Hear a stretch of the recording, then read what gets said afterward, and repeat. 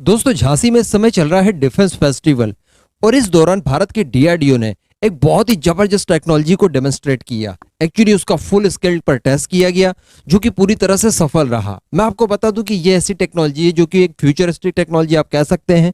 सबसे बड़ी बात, ये भारत की ऑफेंसिव पावर को बहुत बढ़ा देगी और दुश्मन के पास डेफिनेटली इसका कोई भी जवाब मौजूद नहीं होगा।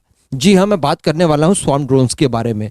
एक्चुअली डीआरडीओ ने वेडनेसडे को झांसी में इसको डेमोन्स्ट्रेट किया और ये पूरी तरह से सफल रहा। इस डेमोन्स्ट्रेशन में 25 ड्रोन शामिल हुए थे, यानी 25 के 25 ड्रोन्स एक झुंड में एक साथ लॉन्च किए गए और उन्होंने पर्टिकुलर अपने अपने टारगेट को बड़ी आसानी से मार गिराया। मैं आपको बता दूं कि इस तरह के स्वार्म ड्रोन्स का तोड़ पूरी दुनिया में किसी के पास नहीं है, भारत के पास भी नहीं है। अगर भारत के ऊपर भी इनसे अटैक कर दिया जाए तो डेफिनेटली दिक्कत हो सकती है। अमेरिका हो, रशिया हो, चाइना हो, जापान हो, किसी भी देश को आप गिन लीजिए, किसी के पास इसका ऑप्शन मौजूद नहीं है। तो ऐसी परिस्थिति में फिलहाल तो ये वेपन एक अजय वेपन है, कोई नहीं हरा सकता। अब ये किस तरह से भारत की मदद कर सकता है ये देखिए आप। दोस्तों, आपने सुना होगा कि S-400 है, वो 80 के लगभग एक साथ टारगेट्स को मार गिरा सकता है। 80 टारगेट्स एक साथ घुस जाए टेरिटरी में, वो मार गिराएगा। लेकिन 80 के बाद क्या होगा? डेफिनेटली उसमें मिसाइलें खत्म होंगी। उसके बाद होगा ये कि आपको 5 से 10 मिनट का समय लगेगा नई मिसाइलों से इन लॉन्चर्स को रिफिल करने के लिए, बराबर। तो यहाँ पर जो 10 से 15 मिनट का समय मिलता है, इस विंडो के दौरान स्वार्म ड्रोन्स बड़ी आसानी से दुश्मन की टेरिटरी में तबाही मचा सकते हैं। देखिए, अभी तो हमने 25 ड्रोन्स को शामिल किया, लेकिन इसी साल आर्मी डे के ऊपर डीआरडीओ ने एक साथ 75 ड्रोन्स को डेमोन्स्ट्रेट किया था।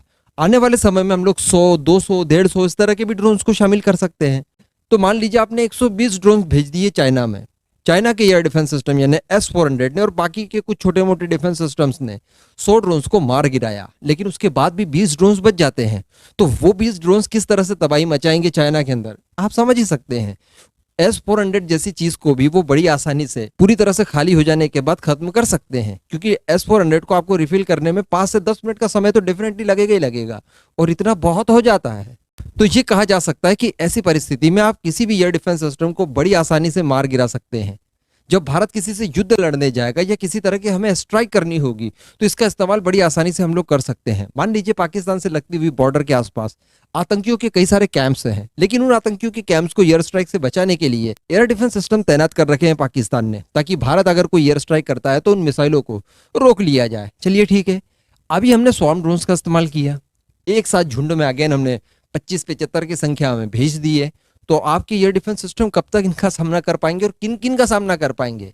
ऐसी परिस्थिति में क्या होगा कि बहुत सारे ड्रोन्स आतंकियों के उन अड्डों के ऊपर जाकर गिरेंगे। इसमें ना तो आपको जान माल का नुकसान हुआ, ये बहुत ही सस्ती चीज है, मिसाइलों की तुलना में तो ये बहुत ही ज्यादा सस्ते पड़ते हैं। दूसरी बात, इन्हें ऑपरेट करने के लिए आपको अपने इंसान भेजने की जरूरत नहीं है, आप तो बस कमांड सेंटर पर बैठे रहिए जहां से इसे कंट्रोल किया जा सके, बस उसके बाद इसे आदेश देते रहिए, ये अपना काम खुद ब खुद कर लेगा। तो बड़ी आसानी से दुश्मनों के लॉन्चिंग पैड्स वगैरह को ये तबाह कर सकता है। अगर उनका कोई फ्यूल डिपो है तो उसे आप उड़ा सकते हैं। गोला बारूद का जहां पर वो लोग भंडारण करते हैं उसे अगर आपको उड़ाना है तो इसकी मदद से बड़ी आसानी से उड़ा सकते हैं। लेकिन हाँ, यहाँ पर यह ध्यान रखना पड़ेगा कि आपके खिलाफ भी इस तरह के ड्रोन्स का इस्तेमाल किया जा सकता है।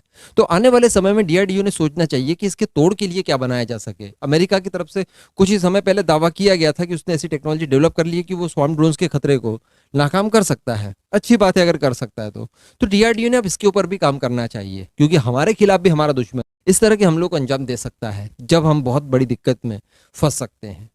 बाकी तो डीआरडीओ के ऊपर पूरा ट्रस्ट है, अगर वो काम शुरू करेगा तो जल्दी ही उसको पूरा कर लेगा। जय हिंद।